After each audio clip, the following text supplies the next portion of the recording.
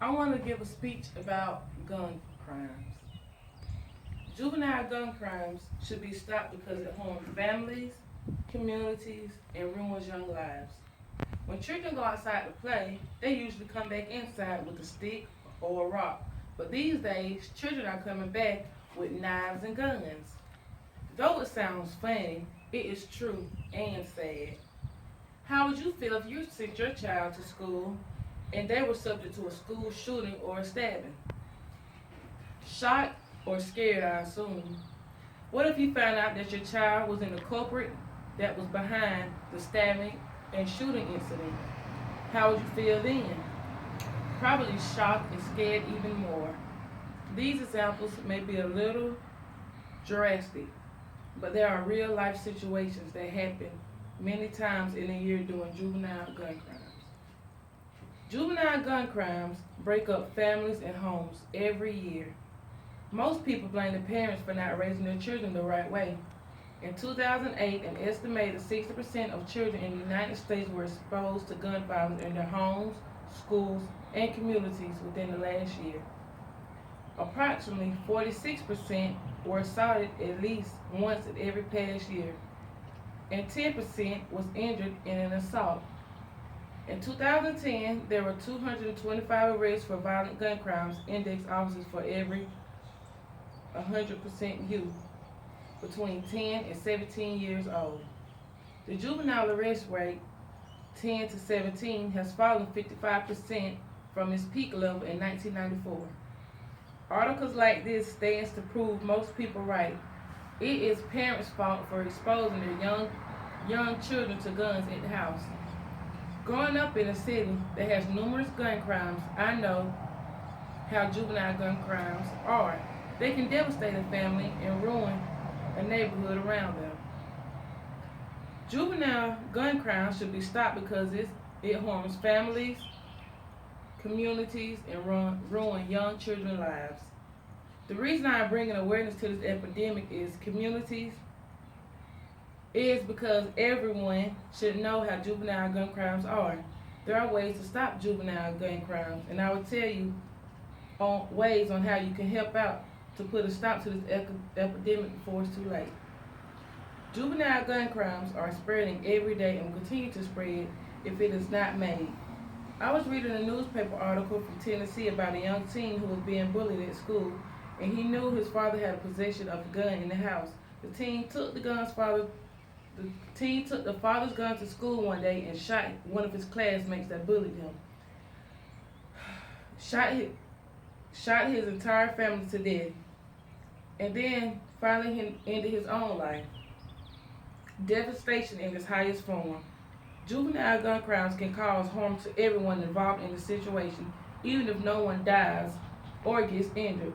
Researchers in Atlanta incarcerated youth on how they obtain and use guns. Almost all of them said they could easily obtain a gun, would most likely obtain illegally on the street. And the gun carrying was a commonplace. Some said it made them feel safe. Others said it gave them a sense of power and a burst of energy.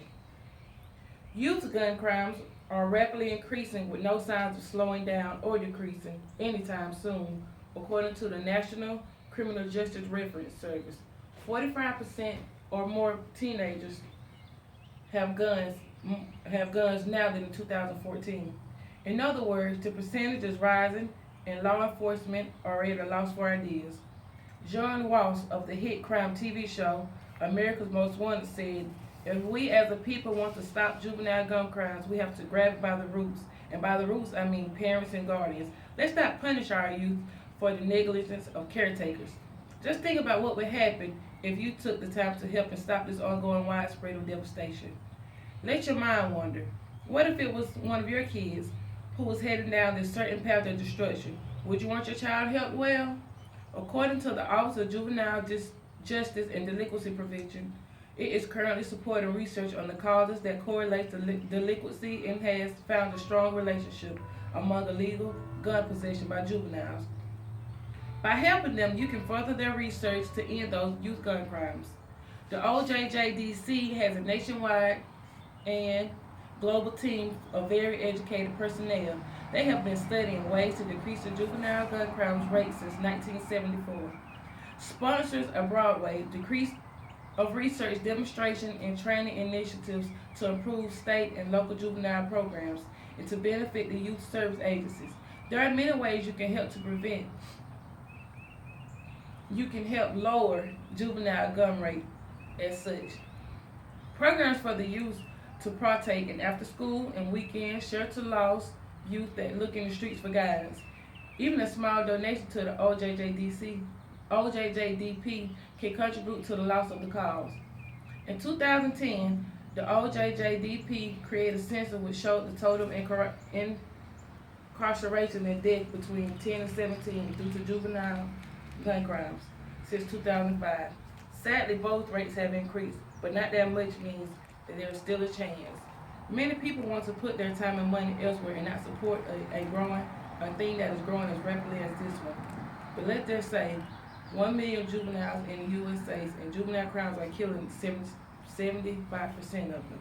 That means this is only 250,000 juveniles left. I don't know about you, but I'd rather try and help save 1 million juveniles than to watch 750,000 young lives get ruined. Our communities and our homes need solutions, not just for our youth, but for our adults too. Once I heard a saying that one voice can save 1,000 lives. If this is true, imagine the impact of it, voices of people taking a stand and standing together or putting a stop to juvenile gun crimes. You can do it easily. Change a life by giving a kind word to a lost, struggling youth. Without your help, the cause is either locked up or dead, much like most of our youth. Just for a minute, these could be your children die left and right. It could easily be your house that is infested by juvenile gun crimes with no help of any other signs of life as you know it getting any better. The choice is yours. To further show you the significance of this subject, I will use my own personal life for example. My son just turned 1 year old in January, so he doesn't even have a care in the world for himself, but I do. I don't want him to understand that violence is not the answer. I want him to know that there are people to protect him and he doesn't have to walk around with a gun to feel safe or powerful. I would speak out to and for my son because he is my only son. So there isn't time for the boy in Tennessee, but there is time for my son and daughter. Just like it is time for all of your children. It is not too much, it is not too late. We still have a chance to save many more lives from being cut short to juvenile gun crimes. Our children are our future. So all of this are being killed, incarcerated. Then what is this to become our future? So in the closing, I have told you ways to slow down the epidemic, which is juvenile gun crimes, and how it has been consuming lives since early 1970s. And this will continue to consume us as people until it is stopped. Anything helpful will help. You can send a monetary donation to OJJDP. You can donate your time and help juveniles in the community and around you. Even a kind word to a youth that had lost their way. Your voice make a difference. They save our lives, family, and communities, but most of all, our children. Being a single mom, I tend to worry about my children's future, and I embedded the importance of seriousness of juvenile gun crimes in them, but not just them, but to any youth that I come across. So you probably feel that everything is okay in your community and in your household, but things change. Hayback can occur in matters of seconds, but there is a good news. You can prevent the hayback before it occurs. It's not too late. We can put a stop to juvenile gun crime together. All of this was cited from Crime Solution, National Institution of Justice, Time Magazine 2010 Crime Stoppers Edition, the Juvenile Justice of Delinquency Program. Stop it.